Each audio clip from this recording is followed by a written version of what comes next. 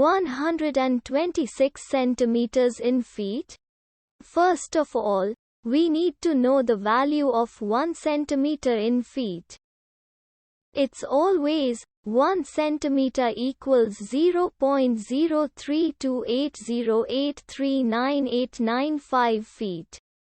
Now we have to multiply 0.03280839895 by 126.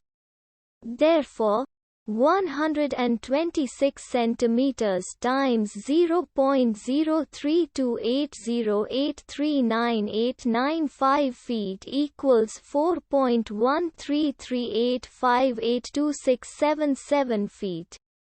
So, in other words, 126 centimeters equals 4.133858267 feet. We hope you have enjoyed this video.